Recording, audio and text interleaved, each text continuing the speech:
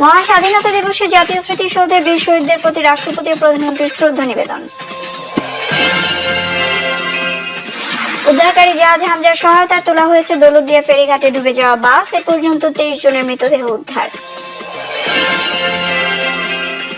মধ্যপ্রাচ্যে যুদ্ধ দীর্ঘায়িত হলেও সরকারের জ্বালানি সক্ষমতা ও কার্যক্রম যাচাই করে পরিস্থিতি সামাল দেওয়ার নির্দেশ দিয়েছেন প্রধানমন্ত্রী তারেক রহমান।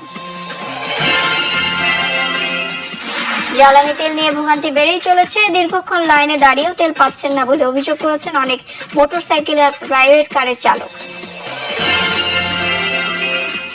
দেশের 18তম অ্যাটর্নি জেনারেল হিসেবে নিয়োগ পেয়েছেন ব্যারিস্টার রুহুল কুদ্দুস কাজল। আন্তরিকতার সাথে দায়িত্ব পালনের প্রতিশ্রুতি। তথ্য সম্প্রচার মন্ত্রী জহিরুদ্দিন স্বপন জানিয়েছেন প্রায় 38,000 পরিবার ফ্যামিলি কার্ড পেয়েছে। এই কার্ড পাবেন মোট 4,10,00,000 পরিবারের নারী সদস্যরা।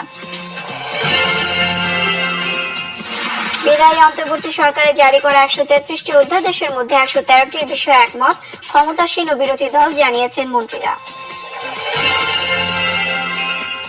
প্রতিরক্ষা গোয়েন্দা মহাপরিদপ্তর ডিজিএফআই এর সাবেক মহাপরিচালক অবসরপ্রাপ্ত লেফটেন্যান্ট জেনারেল শেখ মামুন খালিদকে আটক করেছে ঢাকা মহানগর গোয়েন্দা পুলিশ। যুদ্ধবন্ধে যুক্তরাষ্ট্রের সাথে কোনো আলোচনা চলছে না, জানিয়েছেন ইরানের পররাষ্ট্রমন্ত্রী। সমঝোতা না হলে পাল্টা হামলার হুমকি ট্রাম্পের।